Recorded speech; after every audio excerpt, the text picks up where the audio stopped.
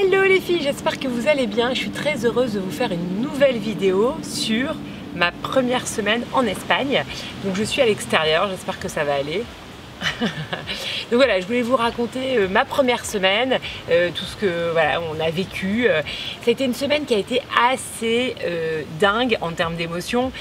Pour moi, je la qualifierais un peu comme une semaine de marathon avec des très hauts et des très bas. Voilà, ça a été une semaine assez intense en termes d'émotions. Voilà, j'ai pas mal pleuré, je me suis sentie un petit peu, parfois un peu triste aussi. Ouais, pas très bien, et puis j'ai culpabilisé. Voilà, mais il y a eu du très positif et du un peu difficile, et donc je vous en parle lors de cette vidéo. En tout cas, n'hésitez pas à poser vos questions si vous voulez que je continue à faire des vidéos sur cette expérience en Espagne. Comme ça me permet de pouvoir construire du contenu pour les prochaines vidéos. Alors, concrètement, en très haut, le cadre il est ouf, on est super bien, c'est trop beau, c'est un bonheur absolu de vivre dans un environnement aussi joli. On a des émerveillements en permanence sur la couleur du ciel, la couleur de la mer, les événements.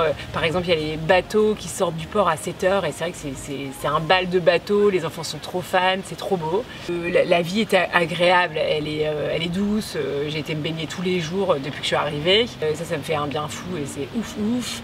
Il fait bon, il fait chaud, c'est très agréable, les Espagnols sont adorables. J'ai commencé à rencontrer des personnes très sympas, notamment des mamans ou la secrétaire de l'école qui est sympa comme tout.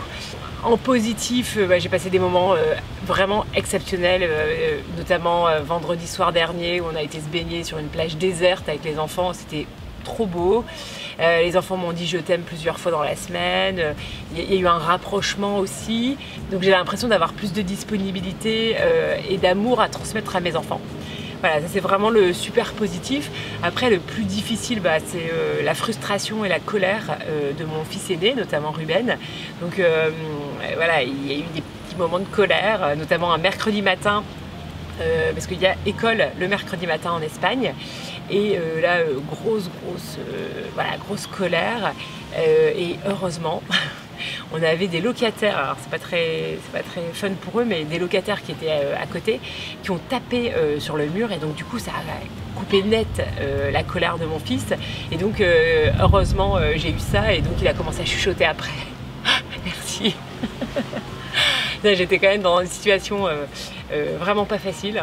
Et puis après, Achille qui était hyper content les premiers jours, parce qu'en fait il y avait une petite fille qui lui avait offert un cadeau et il avait trouvé ça trop mignon, et puis je pense que son cœur il avait été voilà, super comblé.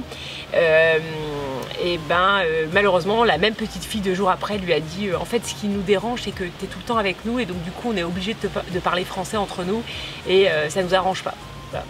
Et là il s'est senti rejeté, je pense, et donc là très difficile pour lui, qui a un grand cœur, qui a un vrai sentimental, et qui l'a pris vraiment très personnellement, et donc il n'a pas vraiment de copains, il s'est pas vraiment fait de copains français. En tout cas pour l'instant, je croise les doigts que ça arrive. Donc mon fils aîné, il a un copain qui est donc un Français qui parle espagnol et catalan, et qui l'aide donc énormément en classe. Et mon fils cadet, Achille, c'est encore pas tout à fait, il n'a pas trouvé la bonne personne. En tout cas, il a mal au ventre le matin, il n'a pas trop envie d'y aller. Donc là c'est vrai que c'est dur en tant que maman, on culpabilise, on se demande pourquoi on fait vivre ça à ses enfants. Après donc j'ai eu la chance d'en parler avec Aude, qui m'a dit non mais t'inquiète pas, c'est la semaine de transition, il faut accepter que il y ait de la transition, et c'est vrai que bon là on est carrément dans la période. Bon, globalement ça va quand même, hein, c'est des petits épisodes qui font quand même un peu mal au cœur, et bon, il me faut 1 heure et demie après le petit câlin d'au revoir d'Achille le matin où il pleure. Bon, ça n'arrive pas tous les matins heureusement, où je suis pas très bien, mais après je reprends des forces, et je me dis que c'est normal, que je suis là pour les soutenir, et ça c'est cool.